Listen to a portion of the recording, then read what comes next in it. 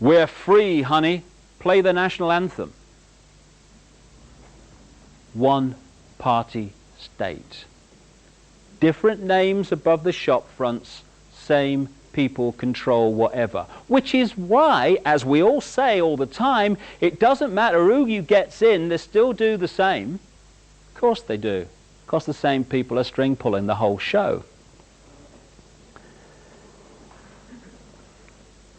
Nothing for me sums up the scale to which we have conceded our power to control our own lives than the world financial system. I love this one, me.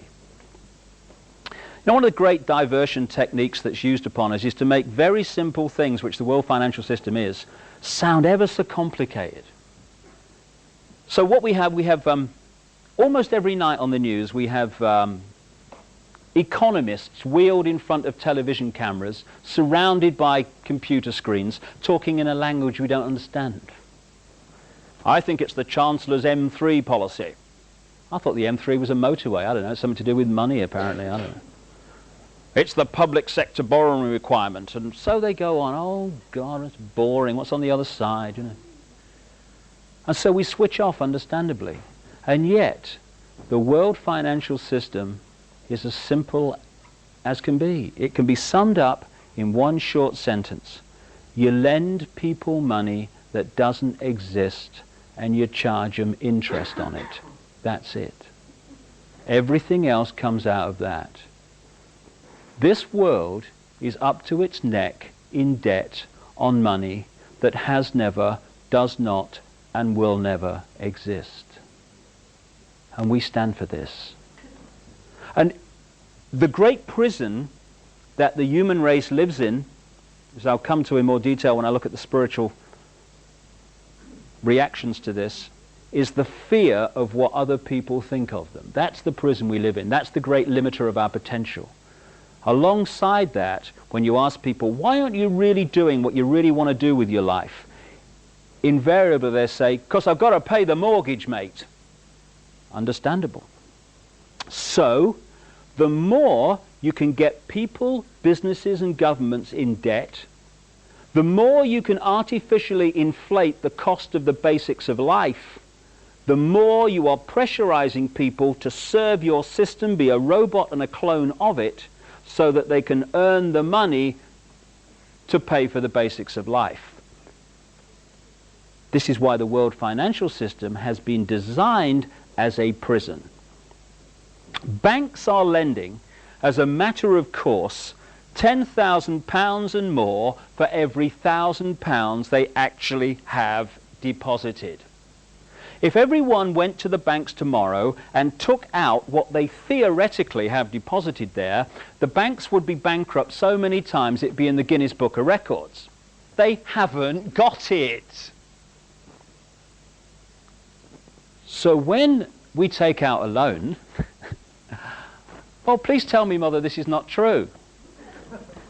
They type in to your account the amount you've flipping loaned. That's all they do. From that moment, you start paying interest on money that doesn't exist.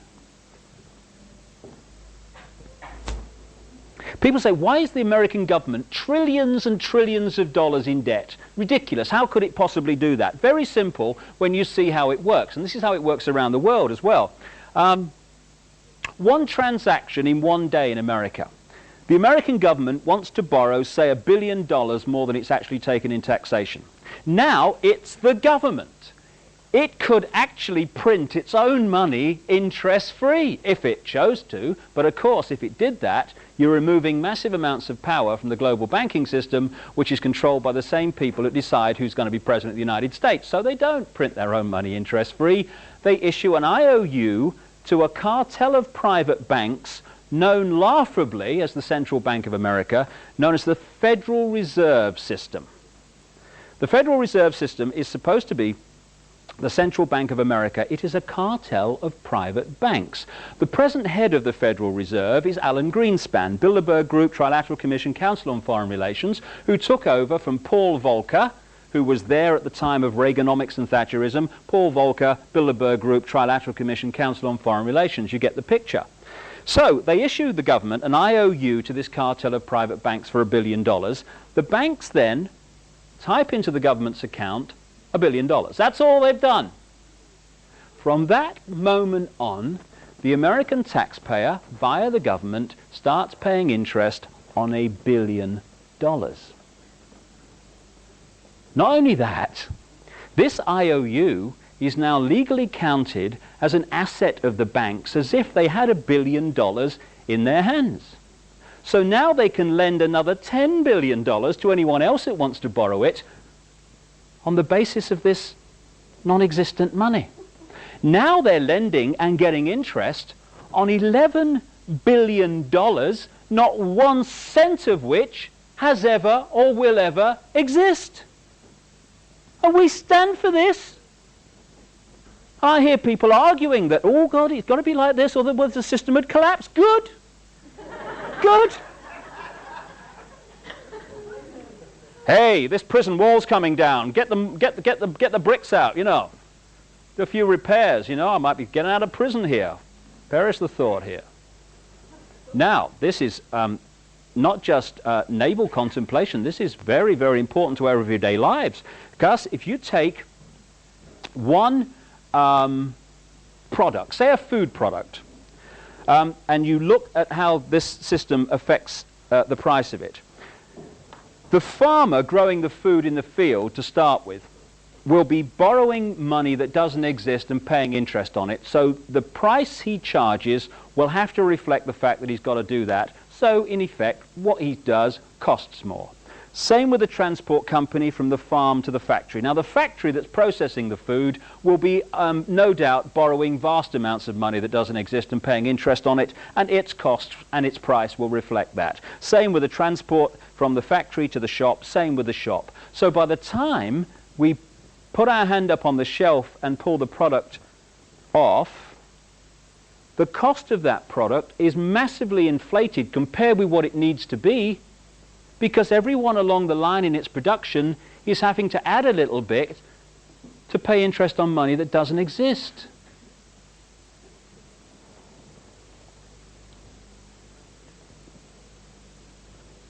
Wake me up. This is why we buy 3 houses to live in one. We do this. I went up into the National Westminster Bank in Durham, the north of England, last year, and I got one of their mortgage leaflets. There it was in black and white. If I take out a loan to buy a house from the National Westminster Bank of £50,000, I will pay them back £152,000. I will buy 3 houses for the privilege of living in one, and my mortgage payments will reflect that. Therefore, the pressure for me to serve the system, to earn the money to service that debt, will be greater. And what did it say on this leaflet? The National Westminster Bank, we're here to make life easier.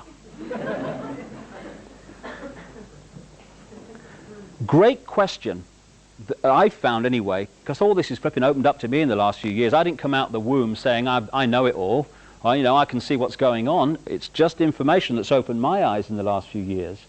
And one of the questions that I've realized opens up so much, it's a very simple one. Who benefits?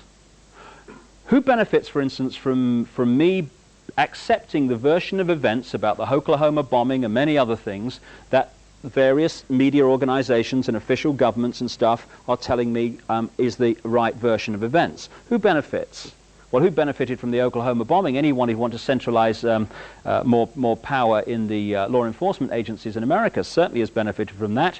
And as Bill Clinton said 24 hours afterwards, we must have an easing of restrictions of on the military's involvement in domestic law enforcement. Problem, reaction, solution. And there's so much about that Oklahoma bomb that has never come to light publicly in the main arena that I've seen, and I tell you, the government version of events is a farce and a complete lie. Anyway, who benefits from us buying 3 houses to live in one? Another part of that question. Well, say the house costs £60,000. The builder who actually creates the thing and makes it a reality, he don't benefit from me buying 3. He's paid out the 60 grand. He's paid out of me buying one. The guy who produces the materials to the builder so he can build the house, he's paid out the 60 grand. Everyone who actually creates the house is paid out of me buying one. One person and one person alone benefits from us buying 3 houses, sometimes more, to live in one, and that's the guy who's lending us money that doesn't exist and charging us interest on it. And we stand for this. And a few people can't control the direction of the world. Well, we'll give our power away to this extent. It's a doddle.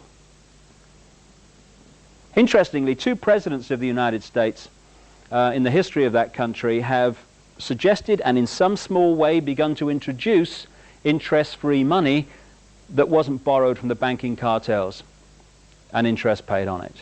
Those 2 presidents were Abraham Lincoln and John F. Kennedy. They have one other thing in common, you might recall. But perhaps the most grotesque aspect of this whole nonsense of interest on money is what we call third world debt.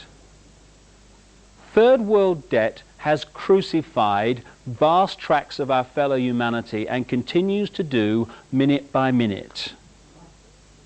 The third world debt is debt on money that has never, does not, and will never exist.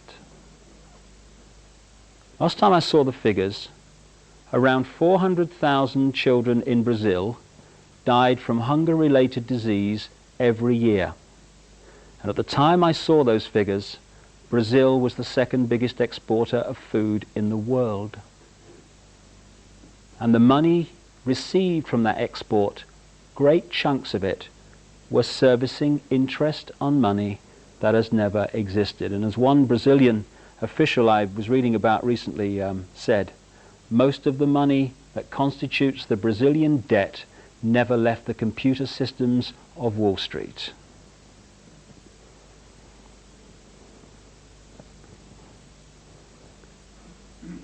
My God, it's time for a turning of the tide.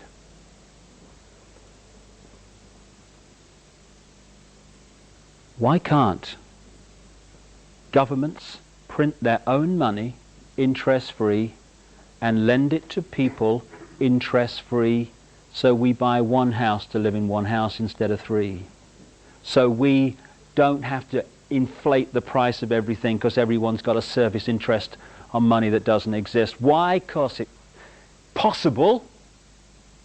The will is not there. And why is it that no political party that I've come across anywhere in the world that has any chance of forming a government is actually suggesting that that be done?